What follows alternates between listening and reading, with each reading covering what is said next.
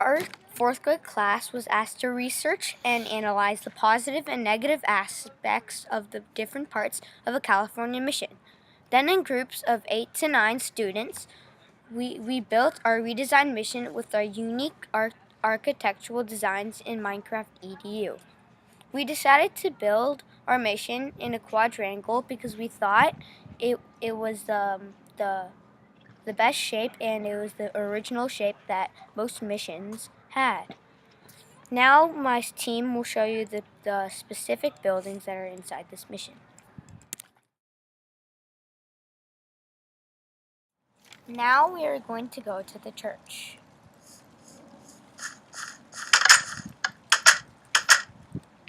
These are the benches where the people who are in the church sit down. What we used was 3 stairs for the actual bench and signs on the side for armrests.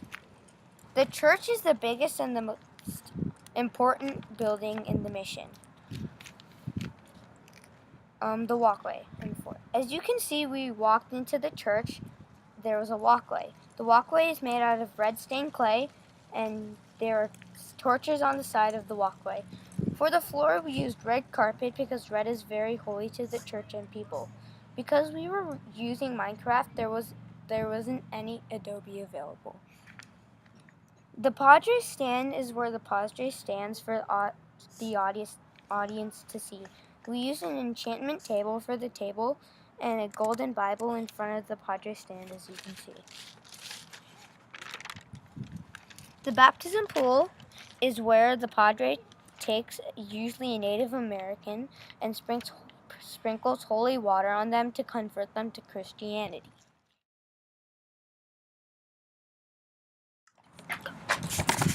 Bells is where the experienced bell ringer goes up and rings the bell. The reason why they are called experienced is because they can ring different tones on the bell. For example, they ring sad and somber tones for funerals. Also, each bell has their own unique tone.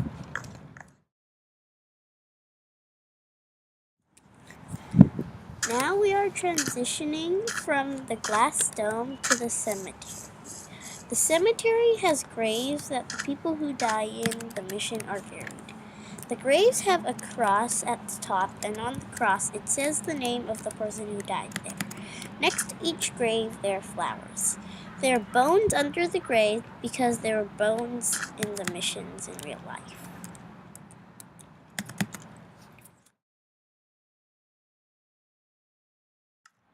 Here's a glass dome that I built. It goes over the fountain, and in the inside there's a walkway. The walkway is decorated with plants and flowers and grass. The walkway is also made out of wood, and the block that holds the water in the fountain is stone. The changes that we made is that we used pressure plates to send a signal to the glass dome, doors to make the doors open. This is better because you don't have to open the door by yourself.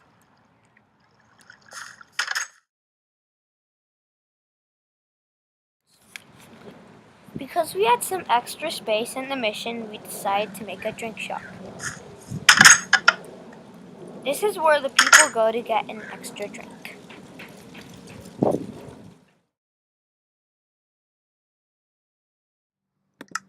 Hi everyone, right now I'm going to be showing you the Padres quarters, the simplest rooms in all the mission. One change I made to the Padres quarters was I made them larger. Usually the Padres quarters would have a desk with a chair, but since I didn't know how to build a chair and a desk, I built oak planks for the table, and the Padres had to live simple lives. That's why they had very simple rooms to live in. I decided to make only 2 Padres quarters because I didn't want to take up that much room in the mission. I don't think they would have cookbooks, but I still cooked books. Here is the bed. After church, the Padres would probably return to their quarters. One more thing about the Padres quarters is that they were also called a cell. That is all about the Padres' quarters. We built the workers' quarters since it was one of the most important structures besides the church. This is because these structures were built to help the workers by making them a simple house. They were made out of adobe because that was one of the most useful materials for building structures. To be exact, they used adobe for every structure, even the church. The workers' quarters also has a few different places called dormitories and maharios. These structures were split into two sections, the boys' dormitories and the girls' dormitories. These two buildings were bigger than the regular workers' quarters. They were also side by side or north to south. We built the workers' quarters out of sandstone and bricks, and in the inside has multiple beds and an upstairs room for 3 more beds. And in the main room, a room we added in the first room, which has bookshelves and a stove and some chests. The upstairs also is the main room too. The beds were next to a flower pot and a frame to hold their personal diaries. Another last touch was when we added a bunch of paintings in the girls and boys' areas.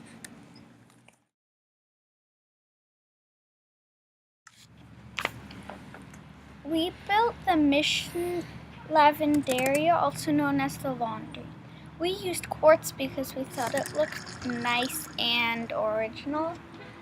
Many California missions had an underground watering system, which we decided to try out. See?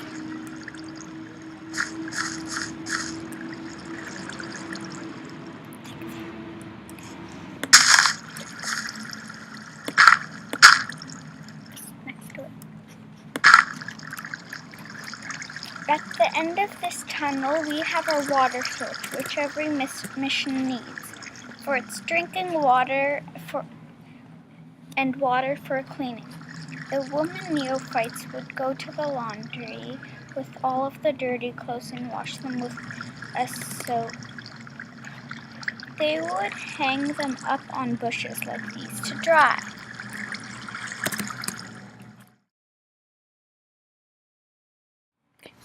This here is the mission kitchen. It is where the mission workers cooked. They would cook all sorts of foods. Some of the foods they made were cakes, pies, vegetable items, and much more. They baked goods that were baked in this oven. They didn't have electrical ovens, so they just used adobe bricks to build a sort of dome. There was a fire inside, and they pushed the food in it with these sticks. It is just like a pizza oven, except it is a pizza oven from centuries ago. The workers got most of the vegetables, fruits, and meat from the farm, and they grew wheat for flour for the cakes and pies. The mission people didn't eat such fancy food, since the Padres did. The Native Americans at the mission ate oatmeal-like foods, but I decided that they should eat good foods instead. We use sandstone for the walls and stone for the roof. That is basically it for the mission kitchen.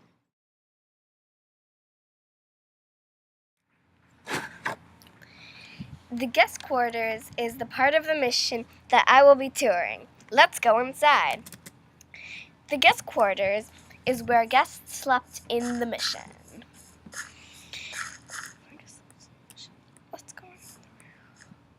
Let's go in one of the rooms and see what's inside.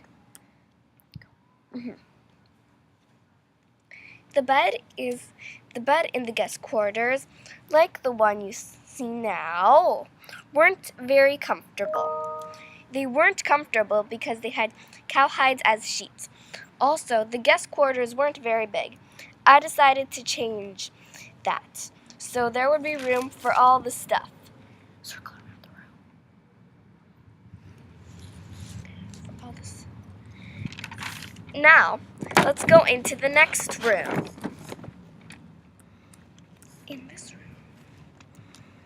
In this room, there is a desk right here.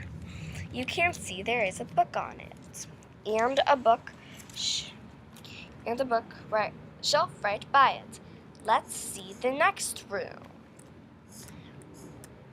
You may or may not have noticed this, but these rooms were well decorated. real missions did not do this, but I wanted to make them nice and fancy. This room is okay. Now let's go into the next room. This room is a little different. Let's read the book.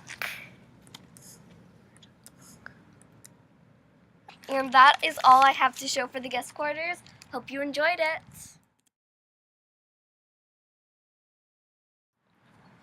This is the tannery.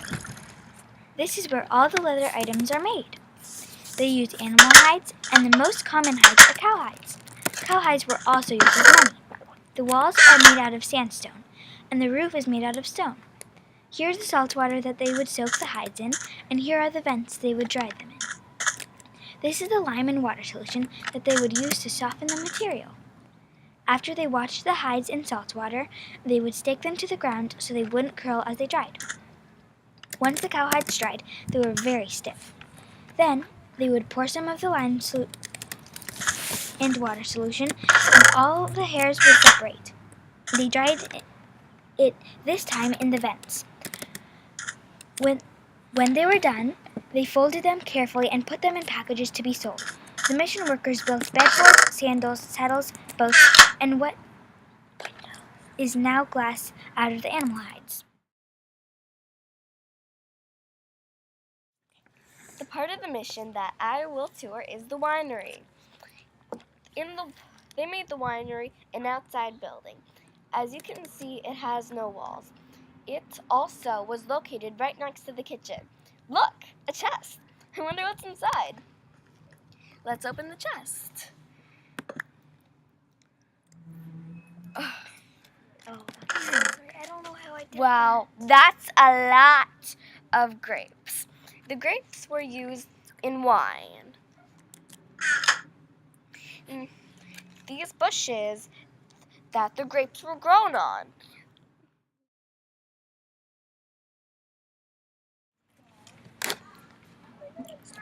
This is the soap and candle making shop.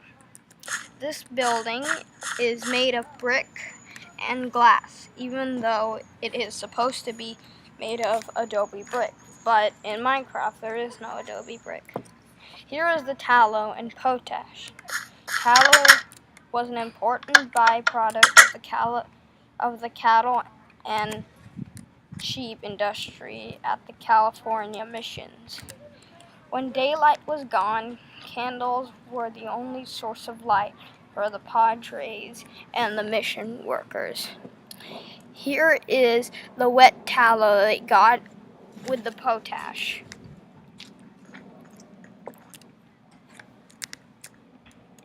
And here is the ready tallow, so it's dried up. And here's the potash.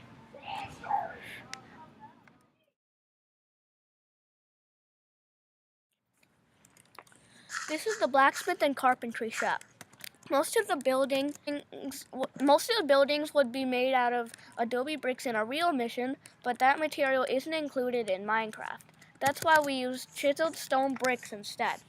Some of the workers at this shop would have made wooden boats out of stone tools.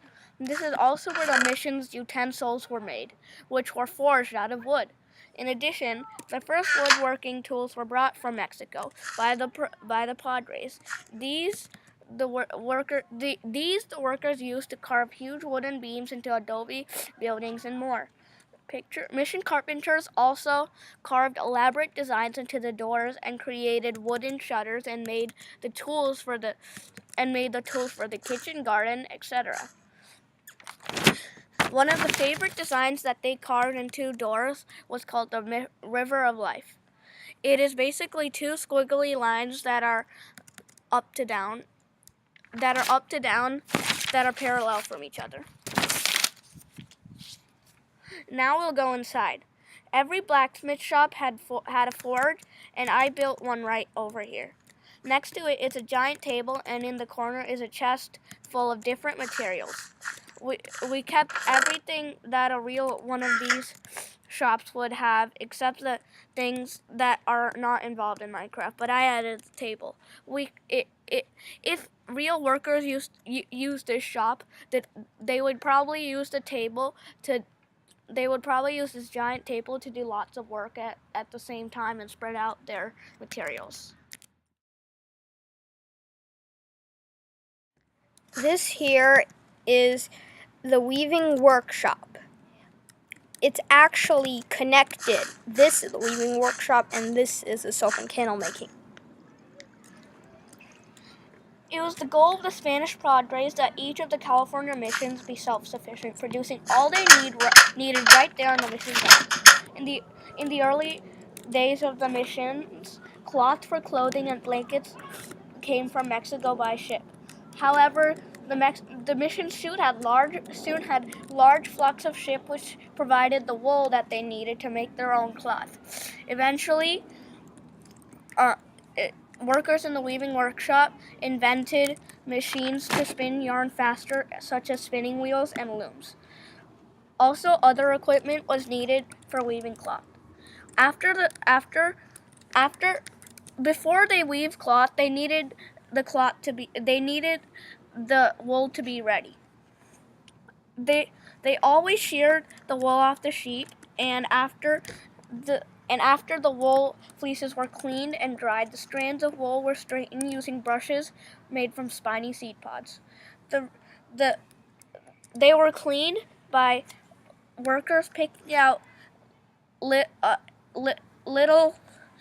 objects and such as twigs and bark out of the wool, and letting them getting out the oil, getting out the natural oil from the sheep's wool. Now we'll go inside.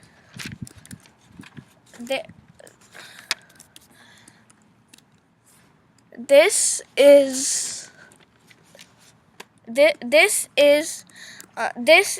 a loom that we created. No, this is a spinning wheel that we created.